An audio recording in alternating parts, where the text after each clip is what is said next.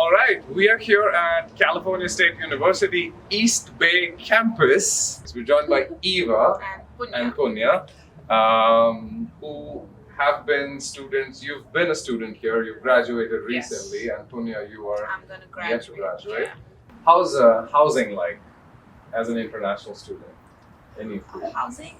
Yeah. Like, do you it's live good. on campus, off campus, No. and typically what do I people do? think Because mostly- California, a lot of international students think it's really expensive, which it is. Yeah. So how do you navigate that? I think mostly undergrad students stay on campus, but grad students prefer staying outside. Yeah. And we have a lot of options nearby. And I have a lot of friends. We all stay in a community, which is nearby City View, which is actually pretty good. There are a ton of Indian students living there. Okay. And Sharing rooms. yeah, sharing Apartments, rooms, yeah. apartments. I don't think it's tough to find accommodation. It is quite easy. We have WhatsApp groups, we have online.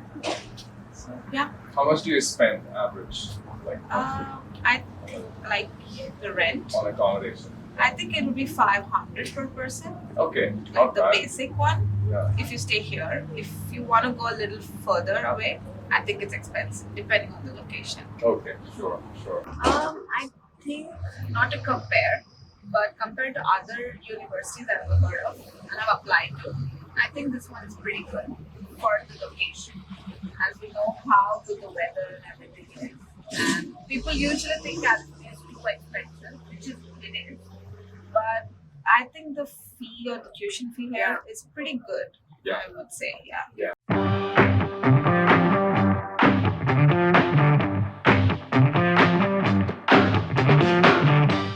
I spoke to a few students. I think one was from Taiwan and one was from India, and I asked them, and they're super happy about their life at East Bay.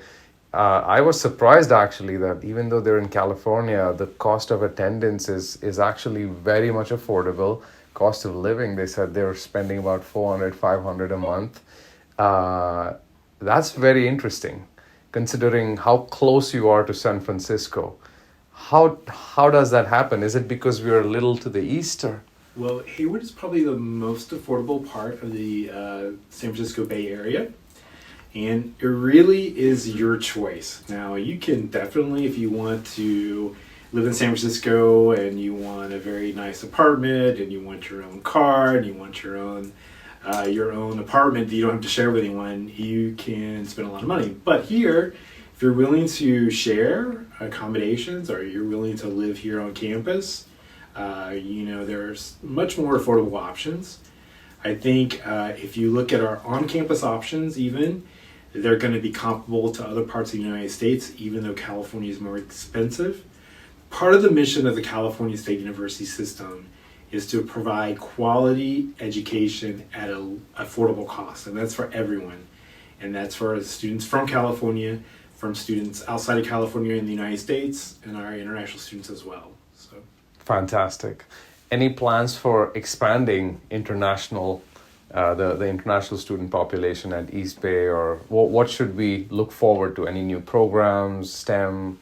Would love to hear from you. So I do know that we are definitely engaged in globalization on our campus, and we're looking for new opportunities, not only to bring students to our campus, but also have our students travel to other countries as well. So even if you're coming from another country to our campus, there may be opportunities that you can engage in another part of the world that you didn't even consider. So that's definitely part of what we're trying to do.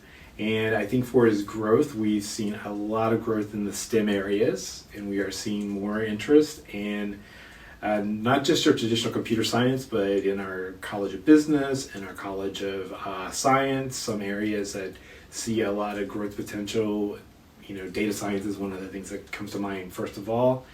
But I also think that we'll see in the curriculum a lot of emphasis on AI, and we're seeing a lot of new classes being added in that as well. Thank you so much for your time. Sure, thank you. We are here with Kelly Pan, who's the International Recruitment and Marketing Manager. Thank you, Kelly, for joining us. Thank you for visiting us. It's our pleasure. Kelly, we spoke to a few students on campus, and they told us a lot about, their life as international students, which was from a student angle. we'd love to hear it from the other side, which is from the Office for International Students. Tell us a little bit about how you are thinking of the whole process. What should international students know that maybe a student may not have told us? Sure, yeah. So I work at an international program office, and in this department, we provide a full service, one-stop service to our entire international student population, from international student recruitment to international admission and enrollment, and and also study abroad program, and also non-degree programs too. So anything you can think of about international student service, we handle it here, which is very convenient to our students and our study abroad agencies. And also easier on us too. Anything about scholarships? I know there is undergraduate, at the undergraduate level, there are scholarships. How do students typically apply for this? What should they be not ignoring in the admissions process? Yeah, so typically in the US, international student may only apply for merit-based scholarship or maybe student athlete special like a talent scholarship. But our international program launched this global scholarship 4 years ago, which is available for undergraduate F1 international students. And there's two types of scholarship they can apply. The first one is Global Excellence Scholarship, which applies to first-year freshman students. And another one is called a Global Honors Scholarship. And the Global Excellence waive all non-resident tuition fee for up to 4 years in total, which means a student can pay for like California residence tuition, which is only around $7,000 a year. Another global honors and waive a partial non-residence tuition fee, and a student may apply for the following year as long as they have less than 75 units at the time of application, and they maintain at least 3.3 GPA, so they can continue to apply. So a lot of international students looking for internship or job opportunity while they study here, and for F1 international student, they may apply for on-campus job as soon as they come here. In fact, some of our students apply to the campus job before even they arrive to the campus. So it's possible, and just remember, as an F1 international student, you want to focus on study, so you can take no more than 20 hours per week on the employment on campus. And the school, our international office provide many workshops about optional practical training workshop and a CPT, curriculum practical training. So we provide a lot of services for students to apply and guide them through.